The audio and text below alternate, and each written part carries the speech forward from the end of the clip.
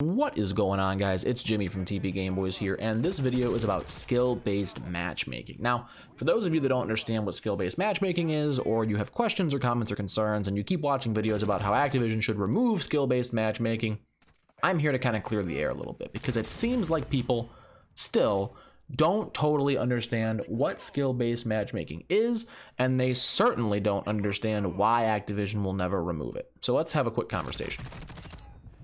Skill-based matchmaking is a form of matchmaking that is based on your skill. The reason they're doing it is to keep players of equal skill in lobbies with one another. And the reason for that is Call of Duty for years and years and years was the most dominant gaming force on the planet. All the way through like 2015, 2016. It was for the best players in the world to play Call of Duty. Everybody played it. If you were the worst player, you're the best player, it didn't matter. Everyone played it. It was the highest level of first-person shooter in the world. One day, that stopped being the case, and it stopped being the case because the world was flooded with a lot of more casual shooters, specifically a game like Fortnite. And around this time is when Call of Duty started to implement skill-based matchmaking.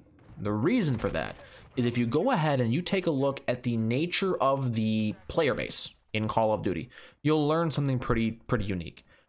Call of Duty's player base is millions and millions and millions of players. It's one of the top 3 like total size player bases in all of gaming.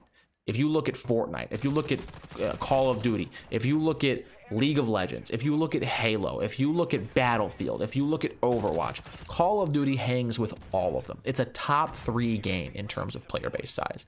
Millions of people play this game, which means that even the extremes, the farthest sides of the spectrum, are millions of players wide.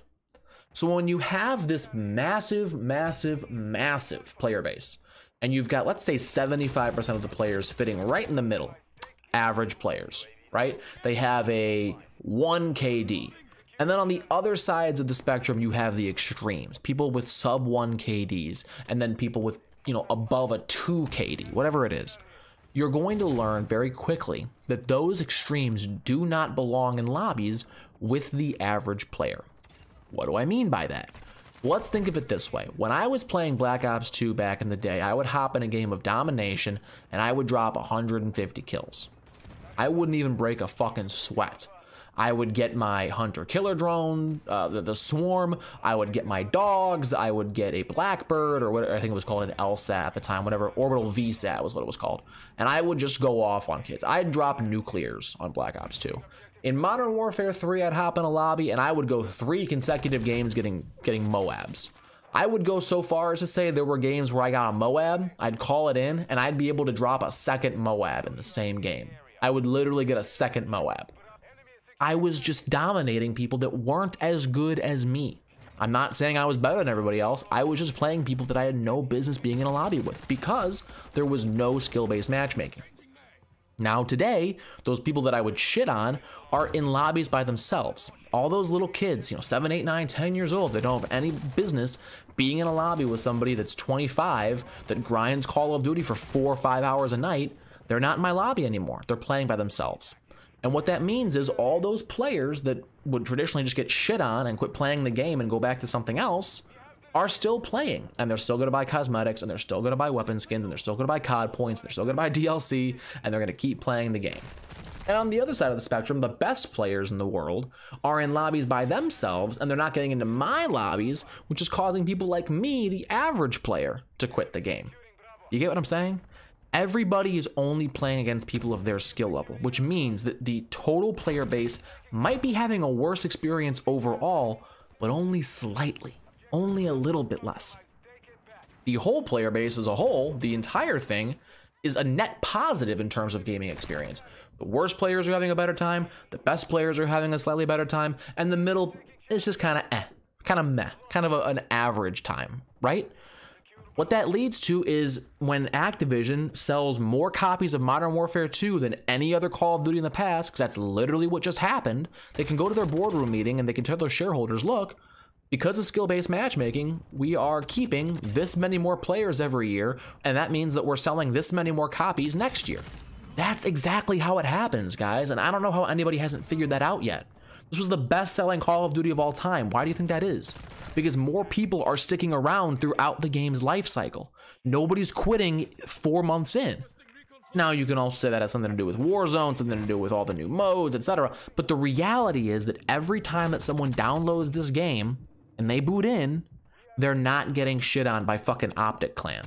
They are literally having a very normal, very average experience every single game, and it keeps that carrot on the stick that suggests that maybe one day they can be the best player in the lobby.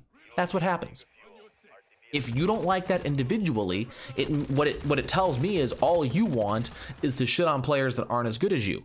And I don't respect that. I think that if you want to be good at the game, you actually have to beat people that are your skill level or better. That's a good player. Anybody can shit on somebody that's not as good as them.